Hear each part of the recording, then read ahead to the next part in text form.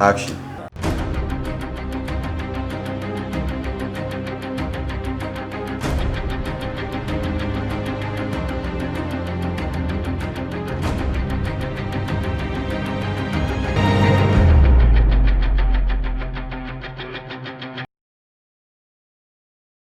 To masu kallo assalamu alaikum.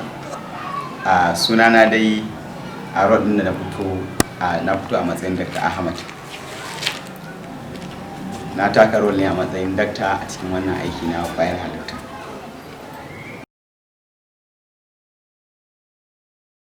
To a sinasinan da suka bani nishadi suna da yawa, sinasinan da suka yi bani mamaki wajen dauka suna da yawa.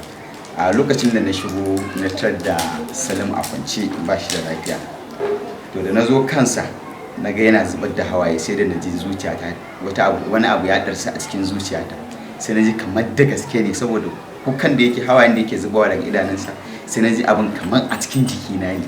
To wani abin ya matukar burge ni gaskiya, sannan kuma a lokacin tausayinsa ya shiga raina. Sun inda kuma zan iya cewa ya burge ni, ya bani sha'awa sosai, sun inda na shigo sun inda aka dauka na mahaifiyarsa, Salim da mahaifiyarsa, inda ya shigo sai mai tana tsantar shinkafa, ya zo mata da maganar tsohuwar budurwarsa ta dawo da ta kasance yanzu bazawara. To inda ta tashi tana wannan masifa, tana mai fada, tana nusar da shi cewa auren bazawara ba abu bane mai alkhairi da sauransu. To wannan sun din ya mata gaggayatar da ni sosai gaskiya. To masu kallo dai, abu na farko albishir zan yi muku, domin don ku ake kuma aikin ku muke yi. Albishir din da zan muku kuma shine, da aka ce kwayar halitta, ai halitta ce ta dan adam, so halitta ce a cikin zuciyar dan adam. Dukkanin wanda ka gani a duniya da so yake takama, idan babu soyayya babu rayuwa, saboda haka halitta ce. Shi yasa aka sa din kwayar halitta, yana nuna ginuwar soyayya a cikin zakatun mutane, sannan kuma abu ne mai rai.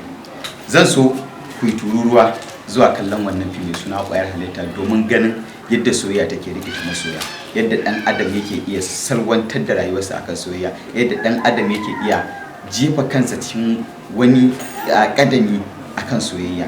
Kwayar Halitta dai ta kuce a kowane lokaci, muna kuma maraba da ku a kowane lokaci. Sunana Adam Abdullahi.